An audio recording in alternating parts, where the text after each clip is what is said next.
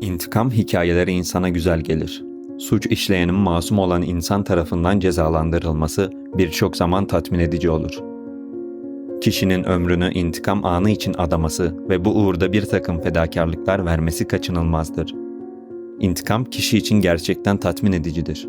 Peki ya o, intikam anından sonra bu masum dediğimiz kişinin psikolojisi nasıl etkilenir?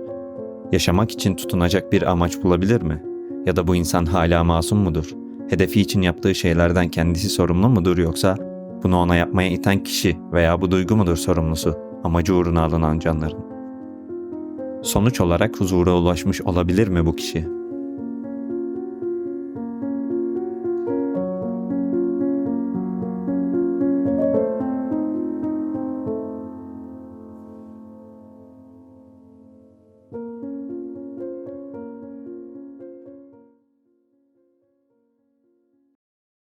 Savaşlar ve anlaşmazlıklar sebebiyle bir grup Danimarkalı huzur bulabilmek için İzlanda'ya göç etmiştir. Ana karakterimiz Thorfinn de burada ailesiyle yaşar. Bir gün John Viking gemisi adaya yaklaşır.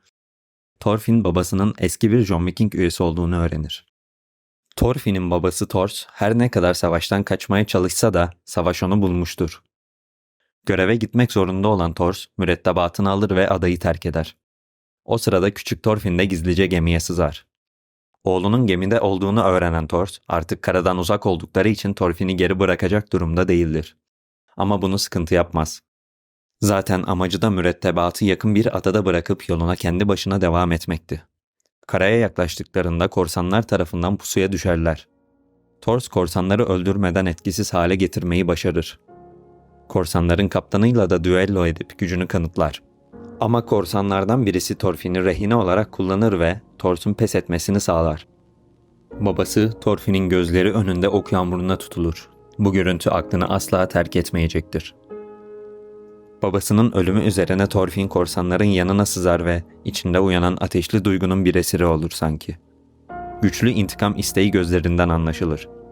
Yıllar geçer. Artık bu korsanların yanında yetişmiştir. Ancak burada bulunma amacını unutmamıştır. İntikam duygusunun esiri olmuştur. Bu animede birçok derin konular incelenmiş ve güzel karakterler ile ele alınmıştır. Bakacağımız ilk konu ise özgürlük.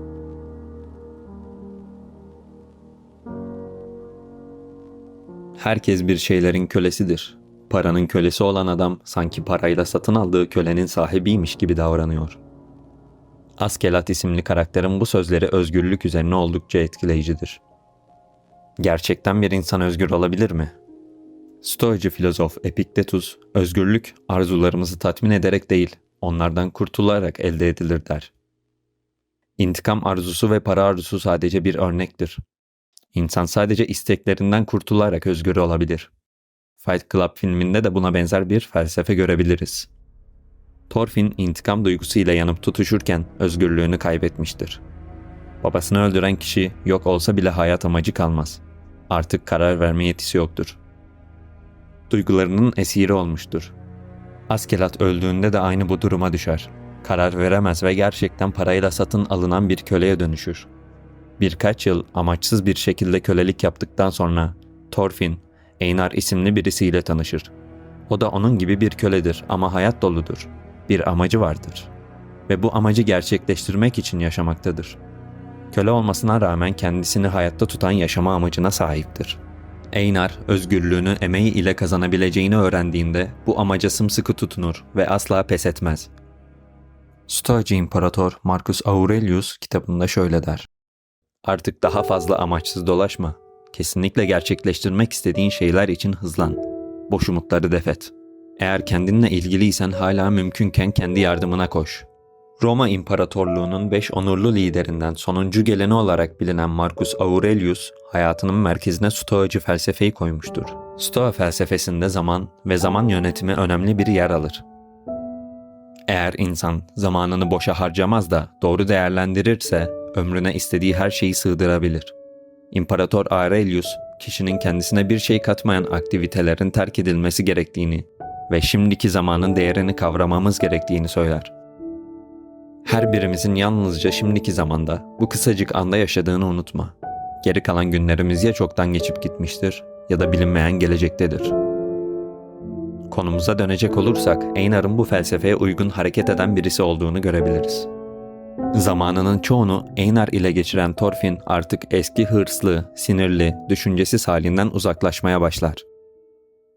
Thorfinn geçmişinde birçok İngiliz köyü yağmalamıştı ve şimdi en yakın arkadaşının bu köyü yağmaladığı İngilizlerden olması onun canını acıtıyordu. Bu sayede Thorfinn yeni bir duyguyu öğrendi. Empati yapabilmeyi. Thorfinn genellikle rüyalarında geçmişte işlediği günahları görüyor.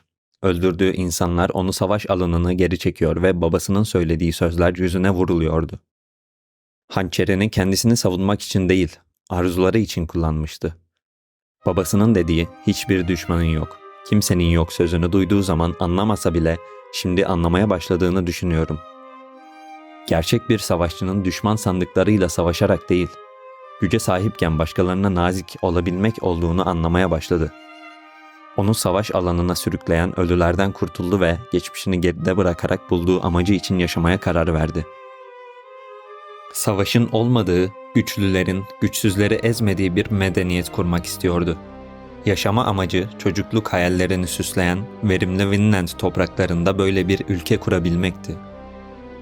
Animenin sonunda artık Thorfinn başından geçenler sonucunda karakterini geliştirmiş ve görüşünü karartan, aynı zamanda içini boşaltan arzulardan arınarak yaşama amacını bulabilmeyi başarmıştır.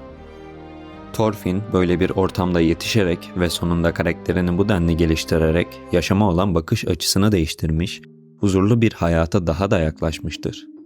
Orta Çağ çok zalim. İnsanlar ömürlerini savaşta geçiriyor, şanslılarsa bir diğer savaşta ölmemek için savaşıyor. Bu dünya çok acımasız. Böyle bir ortamda hayatta kalabilmek için Thor'sun dediği, güçlü olmak için hayatın bütün acı ve ıstıraplarını yaşamalı. Yine de dimdik ayakta kalmalısın. Sözünü benimsemek gerekir. Thorfinn'in de bu sözü benimsediğini görmek ve yolculuğuna dimdik devam etmesi izleyicileri oldukça memnun etmektedir. Vinland Saga animesinde daha bahsetmediğim birçok derin konu mevcut. Askeladd-Thorfinn ilişkisi, Kral Knut ve onun gerçekleştirmek istediği hayali, çiftlikteki karakterler arasındaki dinamikler. Bu videoda genel hatlarıyla Vinland Saga'nın felsefesini stoacılık bakış açısıyla gözlemledik. Thorfinn'in karakter gelişimini analiz ettik. İzlediğiniz için teşekkürler.